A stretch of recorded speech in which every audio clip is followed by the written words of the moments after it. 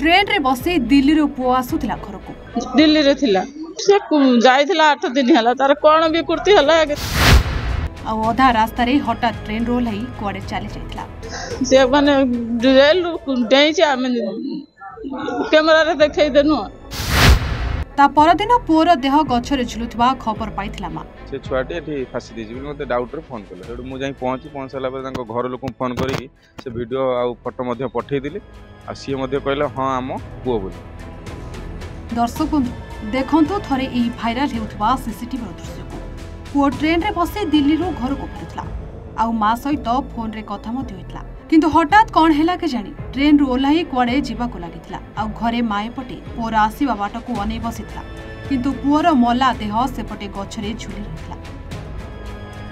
तेबे किए आ काहे के युवकन को एमती अवस्था करिला यह पूर्व शत्रुता को नै हत्या ना कोनोसी चापरे आत्महत्या ताहा एबे पर्यंत स्पष्ट जना पड़ी नथिबा बेले पुओर झुलंता मृतदेह को उद्धार करिछि पुलिस। तेबे किछि दिन हेबो जणे युवक निखोज थिबा कथा जना पड़िला यहाँ पर युवकों का परिवार लोके थाने रे अभियोग करबा परे पुलिस खोजाखोजी करथिले। स्टेशन रो ट्रेन रो ओलाई थिबा ने सीसीटीवी रे मिलिथिला तथ्य जहाकू नै पुलिस और परिवार लोके देखिला बेलकू पुओर झुलंता मृतदेह मिलिथिला। एमिति घटना देखिबा को मिलिछि भद्रक जिल्ला रे चरंपा अंचल रो निखोज युवकों को मृतदेह ठाब होछि। सूचना मुताबक मृत युवक जनक हेउछंती जाजपुर जिल्लार बिंछारपुर अंचलर अनिल कुमार सामल। अनिल किछि दिन हेबो घरु फेरार थिले तांकर मानसिक विकृत थिबा नै सूचना मिछि।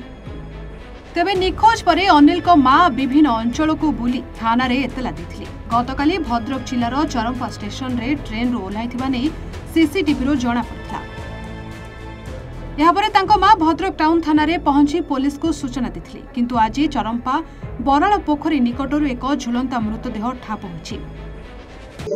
वो पुआ आस्तेला से पुआ तार ए रेल स्टेशन रु तार कुआडे रेल लुटे करकिन पळेछि पाउ नै 3 दिन हे गला स्टेशन ले जडै थिनी पुनी आ बाध्य होइकिन फेर आज दिन भरी काली दिन भरी खोजी खोजी पाइनु आज दिन भरी खोजी खोजी पुलिस स्टेशन आइछु आ देखिनु सेठी कैमरा रे से स्टेशन रे हम देखि आइनु। गतकाली तांकर मां एवं ता परिवार म से जोगाजोग करथिल दिनर जे भद्रक स्टेशन तांको पुओ ओल्लैछि दिल्ली रु आसी पुओ ओल्लैछि तो आम गणमाध्यम प्रचार प्रसारण करूँ काली सन्ध्या मध्य माँ को लेकिन सांबादिक भद्रक जी सांबादिक भी सहयोग कले कि एफआईआर देवाई जेहेतु घर जाजपुर सब कलापर आज भोर भोर मत फोन आइला जे आपन जोटा पोस्ट करते से छुआटी एठी फासी दे जिबि मते डाउट रे फोन कले हेडु मु जाई पहुंचला पर तांको घर लोक फोन करी से वीडियो आ फोटो मध्ये पठै दिली आ सी मध्ये कहले हां आम पुओ बोली। तापर आमे आमर जो तांकर आईआईसी टाउन थाना आईआईसी मध्ये खबर देइथिलु तांको परिवार वर्ग को देइथिलु किंतु सेही जागाटा आज 2-3 थर सेही ही झोलना अवस्था रे अनेक 2-3 लोक मरलेनी। एटा मो कोया मतलब भद्रक प्रशासन एवं रेलवे कर्मचारी पुलिस अधिकारी मन अनुरोध तुरंत एटा तदंत भल भाव करंतु एक बारंबार सेही जगह रे काई घटुछि।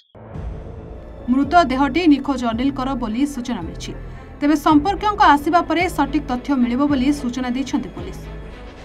भद्रक रो सुप्रकांत राउतरायଙ୍କ रिपोर्ट A1 ओडिया।